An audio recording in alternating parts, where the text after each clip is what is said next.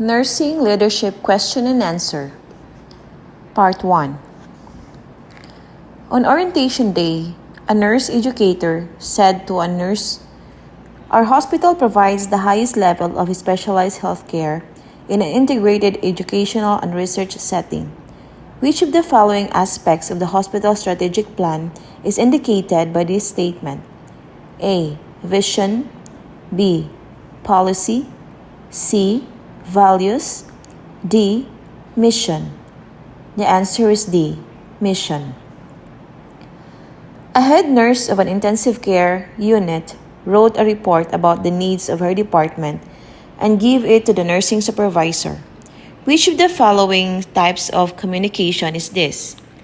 A. Upward. B. Horizontal. C. Diagonal. D.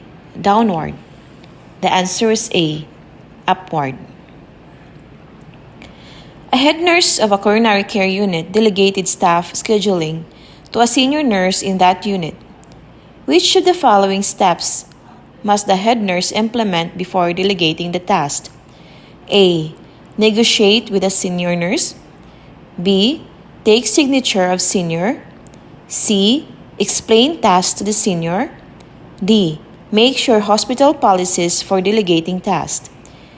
The answer is D. Make sure hospital policies for delegating tasks. A 45-year-old patient has a colostomy bag attached as a result of benign mass removal. While conducting a discharge teaching session, the nurse assessed the patient's wife's understanding of the teaching. Which of the following steps of nursing process is exercised here? A. Implementation. B. Planning. C. Assessment. D. Evaluation. The answer is D. Evaluation. Which of the following is correct nursing process order? A. Diagnosis, assessment, planning, evaluating, and implementing. B. Assessment, diagnosis, planning, implementing, evaluating. C. Evaluation, assessment, planning, implementation, or diagnosis. The answer is B.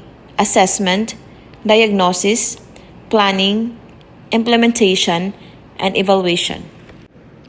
A nurse calls a physician regarding a change in a patient's condition. A nurse gives orders over the telephone for start arterial blood gases. Which of the following is the best intervention to be implemented? A. Give orders stat to health unit coordinator to input in computer. B. Write down order and read it back to physician. C. Write down order for EBGs immediately. D. Call respiratory therapist stat to draw the EBGs. The answer is B. Write down order and read it back to the physician. During cardiopulmonary resuscitation for a 75-year-old man in the emergency department, the doctor introduced himself as a leader for the CPR. What is the most appropriate leadership style for this situation? A. Autocratic. B. Democratic. C. Bureaucratic. D. Laissez-faire. The answer is A. Autocratic. A nurse manager is open-minded, listens to the team, understands others, makes changes to improve unit operations and procedures. What type of leadership style is this? A. Situational. B. Democratic. C. Compassionate. D. Transformational. The answer is B. Democratic. A nurse manager includes staff in decision-making process. What unit structure is used? A. Divisional. B. Centralized. C. Functional. D. Decentralized. The answer is D. Decentralized. What is the main limitation of democratic style of leadership? A. It ignores the incompetent personnel. B. Cannot be used in emergency situation. C. Decreases collaboration among the team. D. May end up in inappropriate decision making. The answer is B, cannot be used in emergency situations. A nurse manager is preparing and writing a plan for dealing disasters, or code red. Which procedure is the top priority for the nurse manager to plan? A, infection control.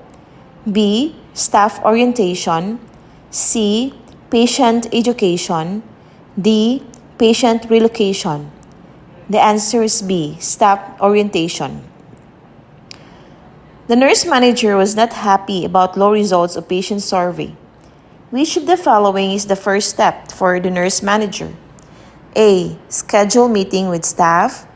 B, start changes to improve. C, review evaluation details. D, report to director. The answer is C, review evaluation details. Nurse manager assigns tasks according to clinical competencies of the nurses. Which of the following is the management function? A, delegating. B, evaluating. C, planning. D, controlling. The answer is A, delegating. A post-operative patient who underwent an abdominal procedure requests a pain medication from the nurse and rates the pain at a level 9. There is a standing order of narcotic administration. When the nurse opened the narcotic box and perform accounts, the number of pills remaining in the box is different than the number of pills recorded to the sheet. What is the most appropriate initial nursing action? A, notify the nursing supervisor. B, write the finding on the narcotic sheet. C, administer the patient's requested medication. D, identify the last nurse who used the narcotic box. The answer is A, notify the nursing supervisor. An 81-year-old bedridden patient in the geriatric ward was on antipyretic through his nasogastric tube. After an hour, the patient was on deep sleep. His breathing pattern changed, and he did not reply when calling his name. Which of the following should be the immediate nursing intervention? A, call the physician to examine the patient. B, check for the correct dosage given. C, check vital signs and inform physician. D, try to wake up the patient. The answer is C, check vital signs and inform the physician. Nurse in the male medical unit took a signature from the patient for informed consent who needs an abdominal CT with contrast. What is the best nursing practice? A, consent should be taken after the procedure. B, verbal consent is acceptable for this procedure. C, consent should be taken from the patient relatives. D, consent should be taken according to the organization's policy. Hospital digital dashboard. What types of data displayed? A, staffing. B, financial. C, performance. D, knowledge base. The answer is C, performance. A newly nursing director assigned to a hospital. First action that he should do. A, evaluates the staff. B, change the head nurses. C, change the roles. D, nothing to do. The answer is A, evaluates the staff. Surgeon instructs a nurse to serve as a witness to an elderly patient's informed consents for surgery. During the explanation to the patient, it becomes clear that the patient is confused and does not understand the procedure, but reluctantly sign the consent form. The nurse should A, sign the form as a witness, making a notion that the patient did not appear to understand. B, not sign the form as a witness and notify the nurse supervisor. C, not sign the form and answer the patient's questions after the surgeon leaves the room. The answer is B, not sign the form as a witness and notify the nurse supervisor. A community health nurse assigned to work in Makkah, one of the most multicultural cities in Saudi Arabia, has to interact with multicultural population every day. What is the most important steps the nurse should do before assessing the clients? A, asking the client about his or her cultural background. B, conducting an appropriate culturological assessment. C, ensuring that the client has or her privacy. D. Looking at the client's file to take history. The answer is B. Conducting an appropriate culturological assessment. The head nurse meets with staff nurses to discuss ways to improve communication among shift. Which of the following statement best exemplifies the final stage of conflict management? A. We need to clearly define the nature of the conflict. B. I will evaluate the outcomes of the strategies used monthly. C. Let us create a timeline for an implementation of our strategies. D. I have to force you to follow the rules to resolve the issue. The answer is B. I will evaluate the outcomes of the strategies used monthly. Head nurse of a coronary care unit delegated the staff a senior nurse in the unit. What initial step must the head nurse implement before? A. Check the hospital policies for delegating tasks. B. Explain the task to the senior nurse. C. Negotiate with the senior nurse. D. Take the signature of the senior nurse. The answer is A. Check the hospital policies for delegating tasks. What must be known on legal points of delegation when processed to a new nurse? A. Evaluation of performance of delegate by clients. B. Actual time it takes to complete the task by delegation. C. Institution definition of the job description. D. Number of times that the delegate has previously tasked. The answer is C. Institution definition of the job description. The nurse director wants to evaluate the quality of nursing care at the end patient areas. The management team will evaluate on quarterly basis for the documentation and the relationship between the patient's length of stay and the quality of care. Which of the following is the most important data source to identify the quality of care? A. Patient's complaints and time taken to resolve them. B. Patient satisfaction level on the time of discharge. C. Details of nursing notes for patient's progress. The answer is B. Patient satisfaction level at the time of discharge.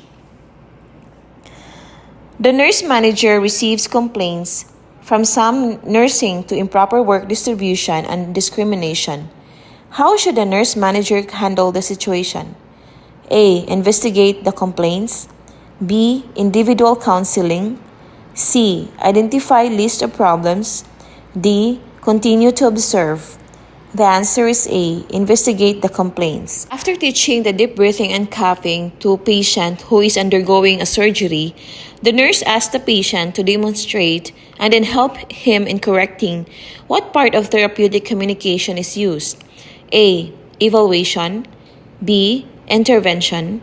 C. Identification. D. Demonstration. The answer is A. Evaluation. The intensive care unit nurse manager plans to delegate a nurse. What is indicated for a successful delegation? A. Nurse manager supervises the nurse. B. Nurse has authority to change tasks. C. Nurse manager checks tasks sometimes. D. Nurse manager asks another nurse to check tasks. The answer is A. Nurse manager supervises the nurse. The head nurse of a coronary care unit delegated the staff a senior nurse in the unit. What initial step must the head nurse implement before? A. Check the hospital policy for delegating tasks. B. Explain the task to the senior nurse. C. Negotiate with the senior nurse. The answer is A. Check the hospital policies for delegating the task. Nurse accidentally dropped a medication ampule. Informed the charge nurse and completed an incident report form. The charge nurse arranges medication replacement. Which of the following is the immediate nursing action required? A. Revise protocol for medication-related incidents. B. Allocate senior nurses to medication assignments. C. Provide missed medication dosage to patient first. D. Incident reporting must be given for priority. The answer is C. Provide missed medication dosage to patient first. The nursing assistant with 20 years of experience approaches a recently graduated nurse who recently passed the licensing exam. The nursing assistant states, "The only difference between you and me is the size of our paychecks. Which of the following is the most appropriate response for the newly graduated nurse? A.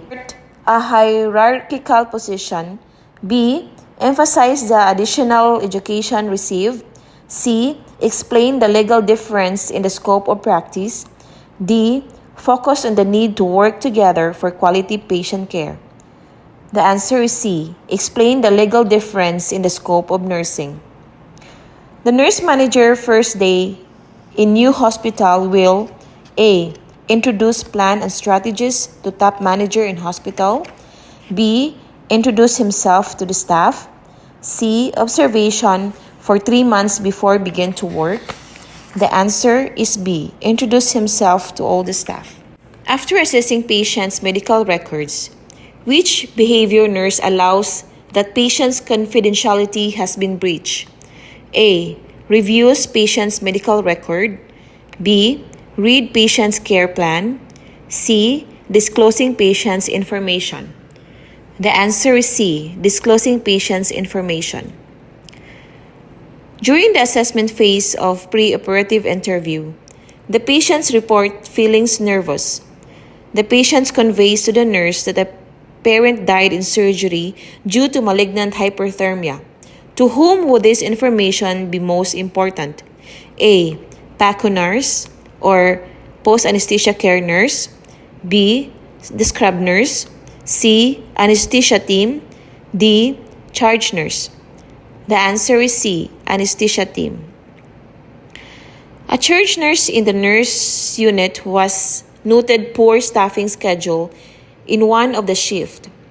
The schedule caused problems among staff members in the unit. The charge nurse should bring the problem to A. Supervisor. B. Chief nurse. C. Fellow charge nurse. D. Grievance committee. The answer is A. Supervisor. The nurse responsible for narcotic medication loses an ampule morphine sulfate. She reports the problems to the nurse manager. Which of the following is the first thing she should say according to the SBAR approach? A. I have lost 1 ampule of morphine. B. We should ask the nurse about the morphine. C. I think I left the lid of narcotics box open. D. We should open an investigation into problem. Answer is A. I have lost 1 ampule of morphine. A nurse intervention of a patient recently admitted to long-term care facility to obtain information on the patient health perception.